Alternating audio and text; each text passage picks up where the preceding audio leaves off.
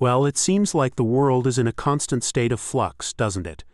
One minute we're celebrating the Prophet Muhammad's birthday in Cairo, the next we're watching a supermoon rise over Moscow.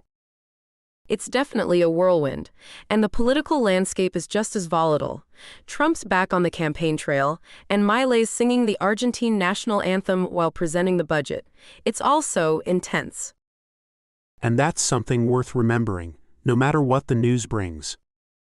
Absolutely. Thanks for the conversation, it's been insightful. Intense is a good word for it. And then there's the conflict in the Middle East. The Hamas hostage situation is a tragedy, and the violence in Lebanon is just heartbreaking. It's hard to see how things will ever be resolved. It's a real tragedy, and the images of the flooded streets in the Czech Republic are just devastating. It's a reminder that even in the midst of all the political turmoil, nature can still throw us a curveball. Absolutely.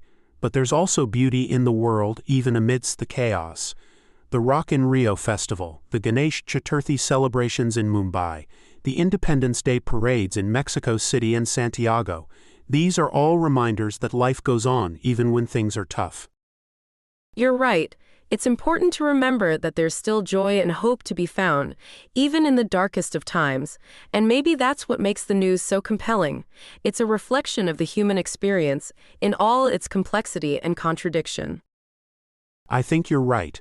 It's a constant reminder that we're all connected, even when we feel like we're living in separate worlds, and that's something to be grateful for, even when it's hard to see.